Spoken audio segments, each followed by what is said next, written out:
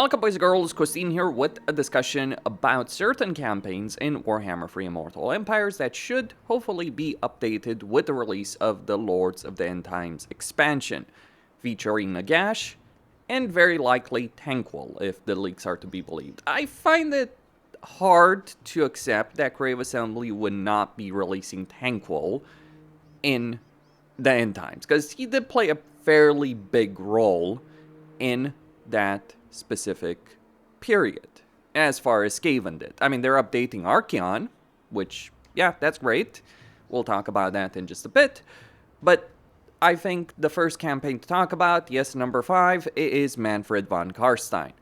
Carstein, whatever. So, with Mannfred, the problems of his campaign, well, beyond the fact that that vampire counts have needed an update for a very, very long time in order to improve various things about really their battle situation, Mannfred in particular of the vampire counts Legendary Lords could certainly use one. Mind you, he doesn't deserve it because he's still Mannfred, but when you look at the various systems he has in his campaign, one of the problems he does have is the fact that his campaign is built around the idea of the Books of Nagash. So his faction effects, yes, he gets a blood kiss, he gets some diplomatic relations with followers of Nagash and research rate, but really his main campaign benefit is built around these books. And, well, the books themselves aren't really that great. I mean, you don't need the books to win a campaign, but why would you play this campaign when there's much better vampire counts campaign, and especially Vlad and Isabella, if you're not going to collect the books of Nagash? Obviously, that's kind of the big point over here. So that is one of the aspects, how you interact with the books, how you gain the books, and really, maybe they could go even further, and with Nagash, you could have a choice. Do you join him? I mean, Mannfred played the pivotal role of bringing him back, so I guess they will be changing the way the campaign map works, hopefully. Because I think it would be a huge disappointment if they just keep the map as it has been in Warhammer 3 so far, with the same Legendary Lords. Could be an option. But beyond that, I would say the bigger problem of Mannfred is the fact he has 2 magic skill lines. And they are both fairly extensive ones, though of course Lore of Vampires is the one that you want to go for because it gives you things like Greater Arcane Conduit. Here's my perspective on this. I think they should, to some extent, either merge these skill lines and allow you to pick what, and give you the best spells, like who cares about Raise Undead, for instance. But give you, Purple Sun, things like Purple Sun, Winds of Death, Curse of Years, whatever. Give those specific spells and then give him a proper special skill line. Because you look at a skill line, the way things work, or maybe merge spells so that you can have both of them in a special skill line. I know. Because the problem is you have both 2 spell lines, you have no special skill line, but even then you don't have the points to get both of these things. And again, one is just better than the other. And you also have the melee skill line, which is quite important if you're playing vampire counts, because there's many ways of getting magic. There's not going to be a shortage of necromancers, I can assure you of that. But there is a shortage, to some extent, of melee heroes. And while he's obviously not the best melee lord to have, he's certainly still one. He is pretty decent. He has that melee skill line. And vampires themselves are very, very solid and strong because, of course, they have their own capability of healing in battle, especially with hunger. So that is something I believe, like, the way they redo the skill line is going to be important. And I think in general, vampire counts need an update to all their systems, including Lord skill lines, hero skill lines, special skills, etc. This is one of the reasons why vampire counts need an update, and hopefully they will get one. And it's kind of funny, Vlad will finally get the freaking mount, which he hasn't had the entire game. Yeah, I mean, I hope he would be as effective on a mount as he is on foot, because that can be a bit of an issue. Like, sometimes a mount can be great, but sometimes really combat capability comes from being on foot. But it depends, right? Depends on how the situation is handled there by Creative Assembly.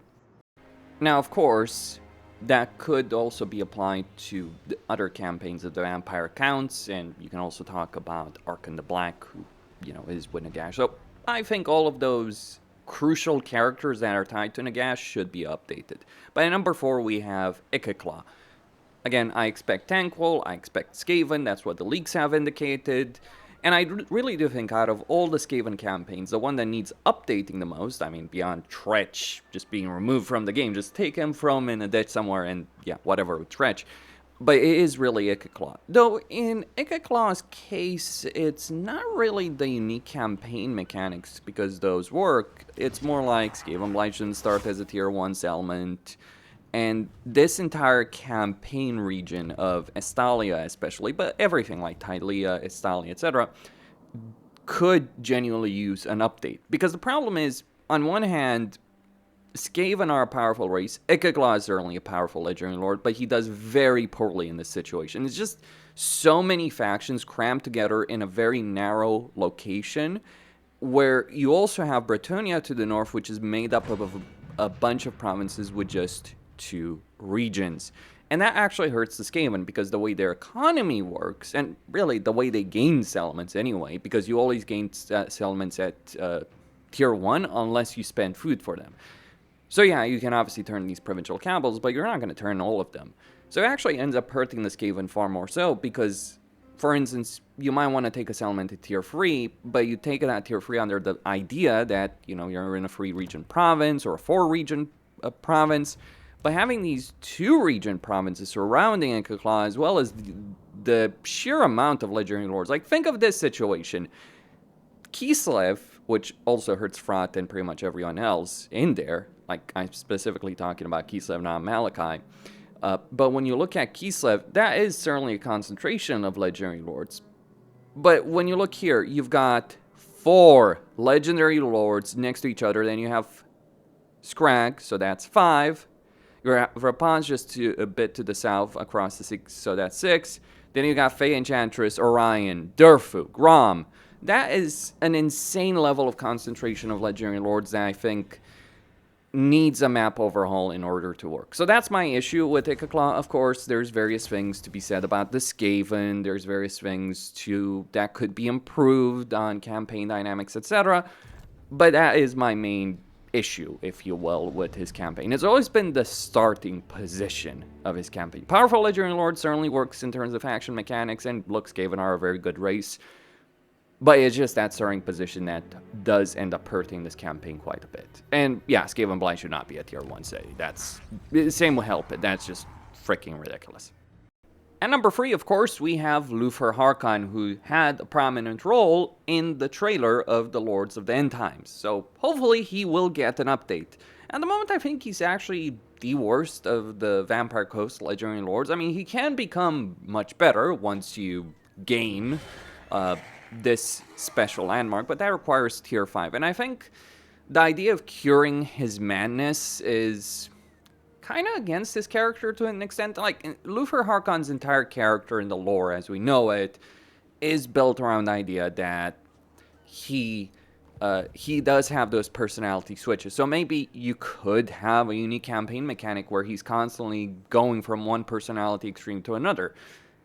I can't believe I'm going to say this, but surprisingly, I think Achilles in Troy actually represents a good model, because Achilles does have different mood swings dependent on what you're doing in a campaign. So if you're fighting often, or if you're taking casualties versus winning, if you're building up territory, if you're being passive, etc., that does change the personality that Achilles has. Now, of course, there is one much better than the others, which is hyper-aggressiveness, but it does actually reward you for playing various things. And there is a balanced state you can have with Achilles, but it is difficult to actually maintain, and you kind of don't want to, really, because, again, the benefits of a specific mood are so great. Beyond that, really, Vampire Coast is just awful.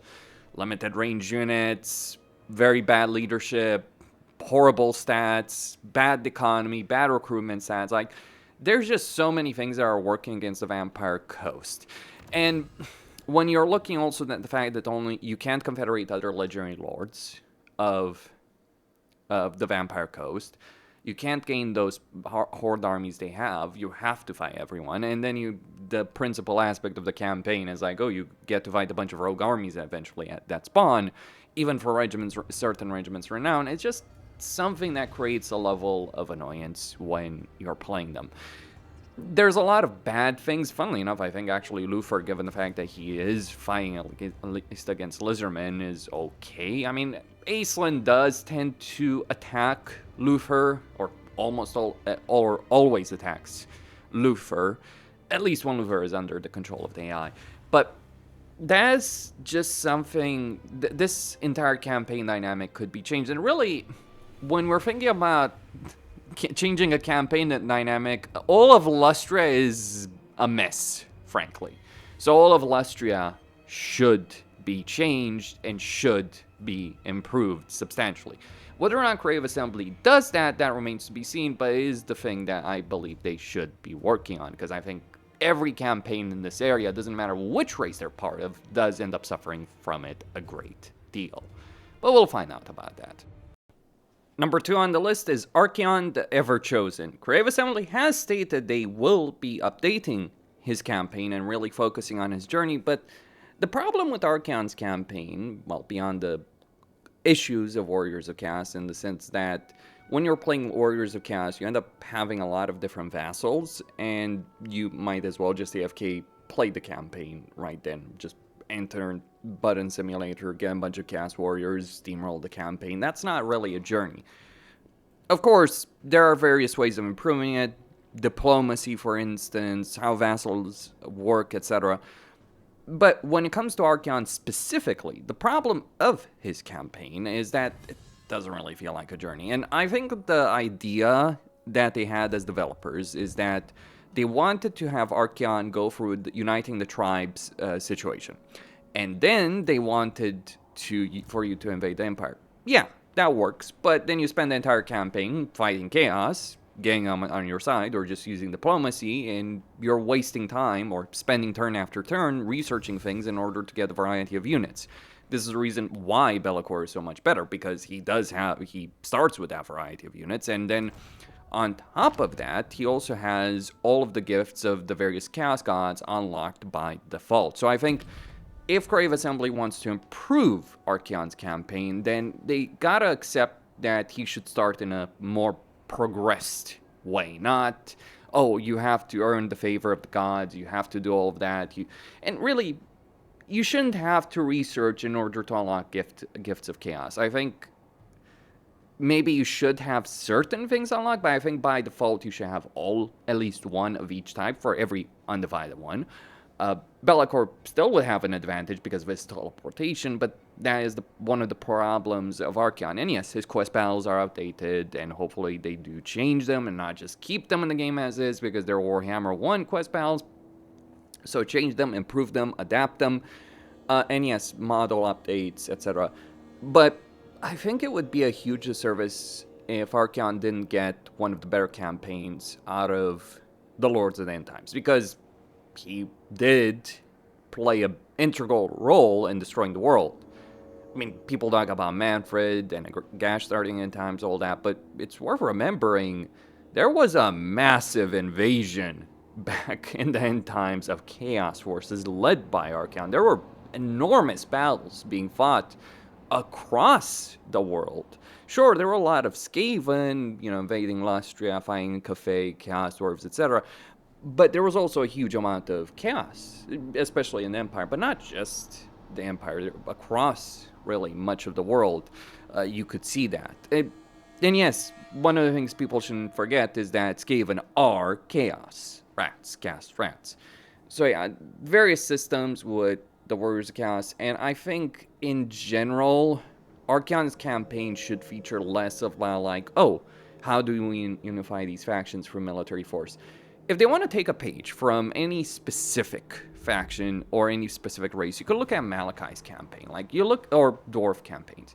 You play a campaign, you have various objectives, you have various short-term objectives, long-term objectives, current objectives because of the Age of Reckoning, but very importantly, I would say, is that you can guarantee confederation with all legendary lords of the dwarves. Now, I think to some extent that should be available for Warriors of Chaos. Of course, within limits for Amon Gods. Like, if you're playing Festus, you can only get, Tamrakhan and Kugak, right? If you're playing Sigval, well, Azazel, you can only get X, Y, and Z, right? And maybe even Sigval. But with Archaon, maybe the one thing he should have is the fact that you can just confederate those legendary lords. They through a system in a campaign that requires you to go out there and do stuff. Not push me to go out there and collect Pokemon just, so I can get Valkia, for instance. And by the way, Valkia did invade Nagrand, and she did so under Archaon's direction, ultimately. So, just a point on that subject. You don't really have that system in game, and I think that's one of the things that Warriors of Chaos in general could use, but especially Archaon should be about going out there, doing things. The more he does, the more people join his side. And, I understand that it would be a bit awkward, but really, Arbol you should be able to cross-race confederate. I think Creative Assembly has talked about that. Like, you should be able to confederate Arbol, Don DeVita. You should be able to confederate X, Y, and Z characters and lords, etc. That would be my point of view on these kind of subjects when we're talking about Archaon and Warriors of Chaos in general. And then, of course, at number 1, Settra the Imperishable. I mean, if you're going to have a Nagash DLC, I think Settra having a unique and fun and interesting campaign would be very much warranted. Certainly, in the end times, he was unable to stop Nagash, but imagine a universe where he did manage to do it.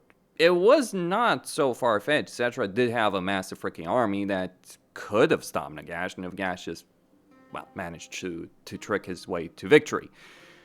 Or maybe he could have won, maybe Nagash could have won directly, but the clash between Settra and Nagash is one of the big ones. And Settra, also looking to take the fight to the Chaos Gods themselves, is also another key component of the Lord. Tomb Kings in general, I've done a video on this, they just don't play very well right now.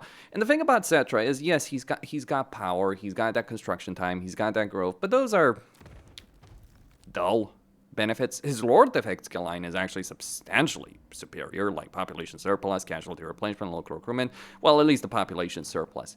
So in general, I would say that Tomb Kings need a significant overhaul, but if there is one character of the Tomb Kings, above all others, again, all of them need an update. Arkhan, Khalida, Katep, but Settra should be number 1 on this list. I think it would be a huge disappointment to not have a really, really good campaign as Settra once the Lords of the End Times comes out. And yes, I know there's a huge number of campaigns, but look at the principal characters. Like, if you think about some of the principal characters, we could talk about Malekith, we could talk about others. I mean, I think it would be great to do something for the Dark Elves at one point. Maybe just something, I don't know, like a Lord pack for the Dark Elves that would also update Malekith and Morathi. I don't know. But I guess it depends on what Creative Assembly decides to do, because there is room for maneuver over there. Like, what we know almost for certain is they're going to do Nagash, obviously they've announced that. They're going to do Nephrodi's free 1. But what are the other 3 Legendary Lords? And one of them is almost certainly going to be Tanquil. One is very likely going to be Vulcan, so there's room for 1. Now, people have talked about Glotkin. I mean, I guess Glotkin is an important one, but I am to some extent of the perspective that if they want to do Glotkin, just do it later, and maybe do Malekith's Eternity King campaign. I mean, Tyrion's got a unique campaign mechanic. Malekith should have the same thing, and so does Morathi. That's my perspective. Costin signing out. Don't forget to subscribe, like, and enable notifications, and stay tuned for more.